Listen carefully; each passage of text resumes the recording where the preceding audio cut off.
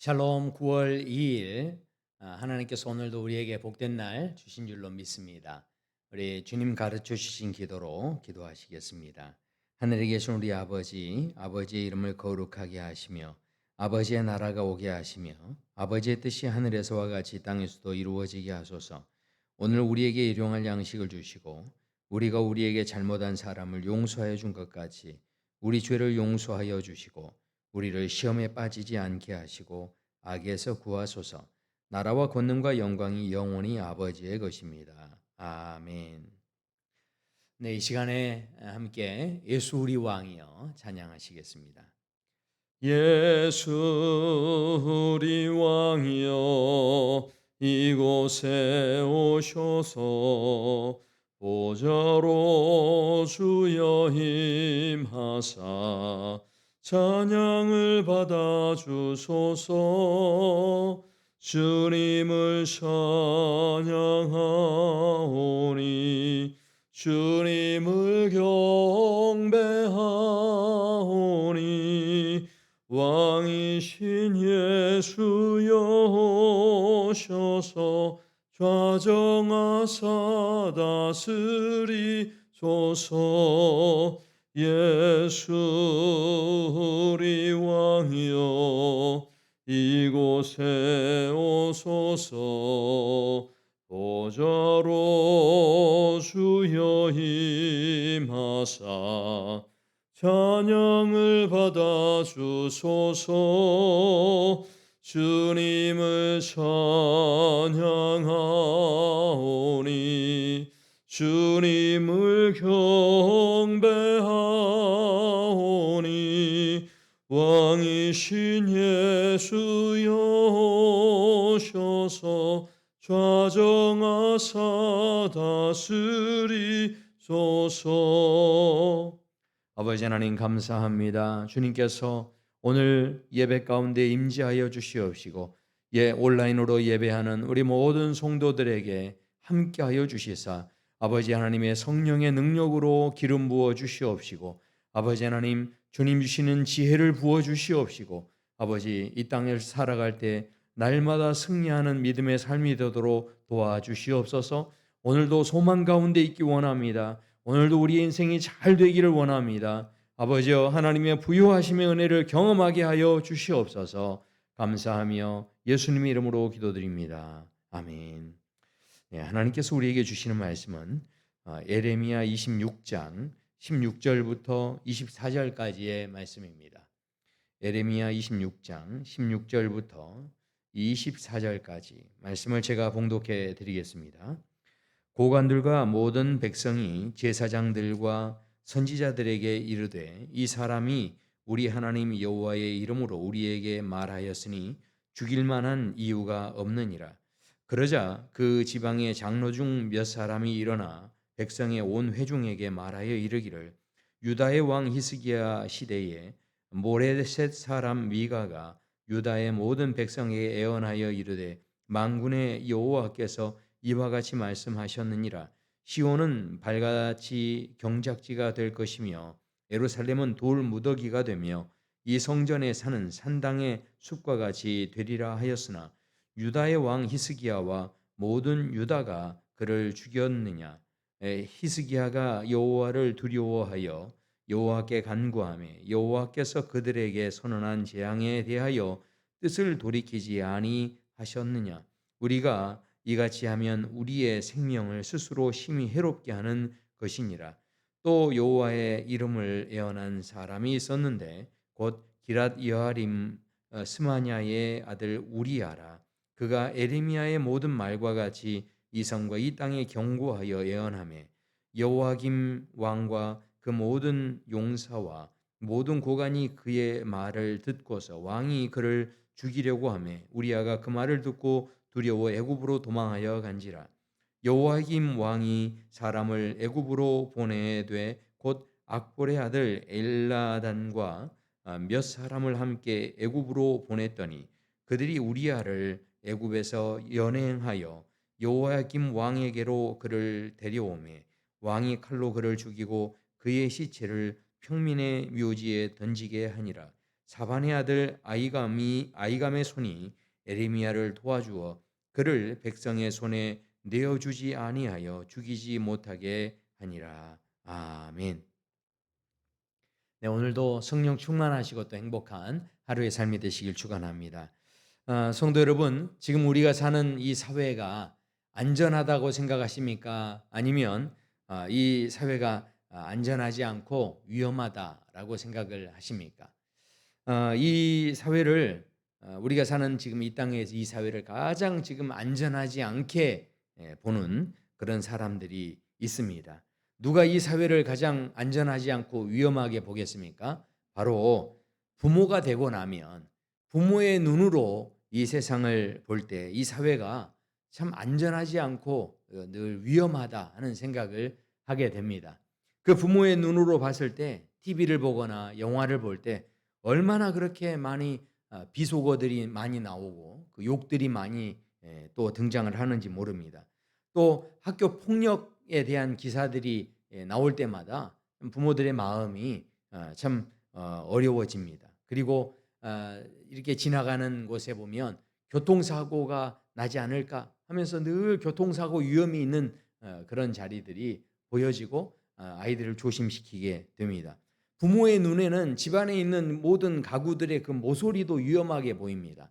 그래서 어떻게든 그 모서리를 위험하지 않게 또 처리를 하는 모습들이 있고요. 전기 콘서트조차도 그 구멍조차도 위험해 보입니다. 그래서 그 아이들 키우는 집에는 가면 이 전기 콘센트를 다 그 뚜껑을 덮어서 막아놓는 그런 경우들을 보게 됩니다. 분명하게요, 세상이 변한 게 아닙니다. 세상은 그대로였는데 그런데 누가 변한 것입니까? 똑같은 세상이었는데 많은 남녀들이 함께 만나서 가정을 이루고 부모가 되고 아이를 키우게 되자마자 똑같은 세상이 전혀 다르게 보였다라는 것입니다. 그만큼 우리가 내가 어떤 관점에서 뭔가를 이 상황을 보는가 이것이 얼마나 중요한 문제인지 모릅니다. 에레미야가 하나님께 순종해서 말씀을 전합니다.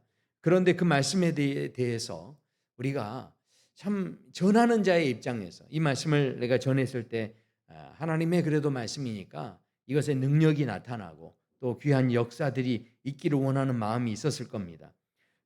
그랬는데 기대한 것과는 전혀 다르게 가장 그래도 하나님 가까이 있었다고 하는 제사장이나 선지자나 뭐 그런 지도자들이 들고 일어서서 에레미야를 죽이려고 합니다.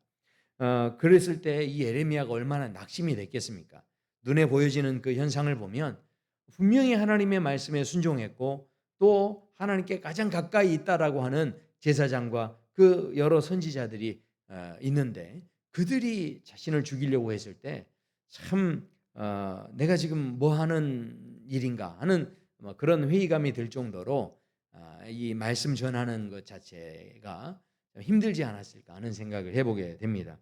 그런데 여기에 더 놀라운 일이 하나 생겨집니다. 왜냐하면 그것이 전부가 아니었습니다. 오히려 갑자기 여러 고관들과 백성들이 하나님의 이름으로 말씀을 전하는 에레미야를 죽이지 말자라고 그렇게 말하는 사람들이 생겨나기 시작했다는 것이죠. 16절에 보시면 고관들과 모든 백성이 이야기하기를 여호와의 이름으로 우리에게 말하고 있는 이 사람을 죽일 만한 이유가 없다. 그렇게 이야기를 합니다. 여기에서 우리가 한 가지 깨닫게 되는 것이 있습니다. 그것이 무엇입니까? 결국은요, 우리의 눈에 보이는 것이 전부가 아니라는 것입니다.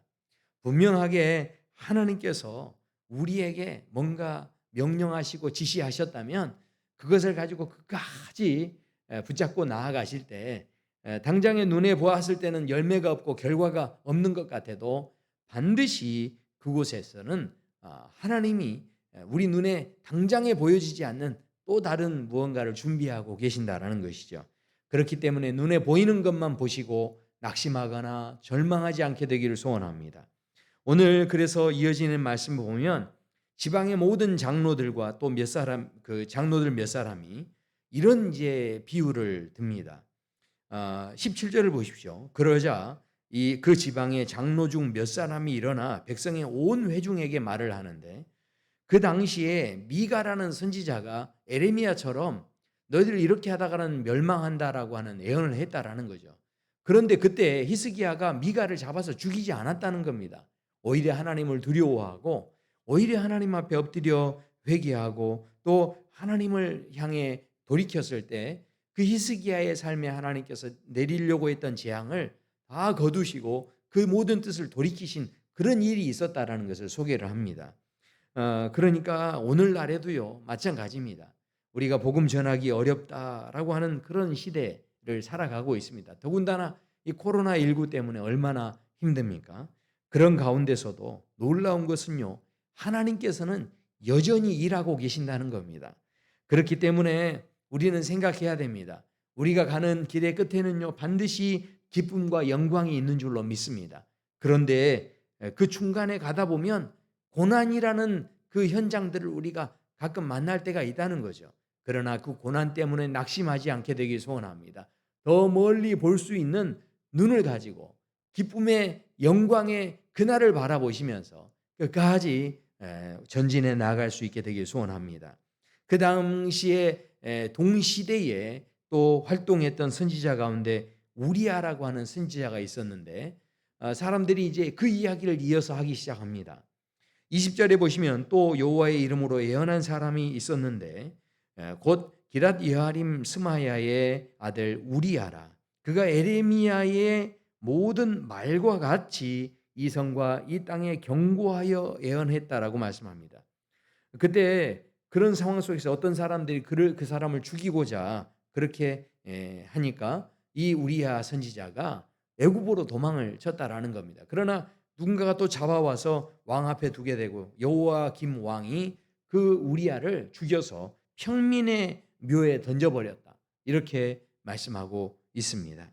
결국 이 말씀을 통해서 참 무자비했던 그런 이 선지자를 죽였던 그 한 사건, 그리고 그 미가라고 하는 선지자의 경고를 듣고 오히려 그 경고 앞에서 겸손하게 히스기야 왕이 엎드려 주님을 향했을 때 하나님께서 그 모든 것을 돌이켜 주셨던 그 놀라운 사건을 이렇게 비교하면서 우리가 이 일에 더 신중해야 한다 하는 것을 도전하고 있는 말씀을 보게 되는데, 그런데요, 참 이 여호와김 왕뿐만 아니라 이 우리야 선지자를 죽였던 그런 많은 사람들을 우리가 볼 때 한 가지 오늘 이제 이 말씀을 보면서 이 마지막 절, 특별히 24절을 보면서 우리가 한 가지 더 깨닫게 되는 중요한 사실이 있습니다. 그것은 바로 어떤 사람은 자신의 권세를 가지고 사람 죽이는 데 사용을 했다라는 겁니다.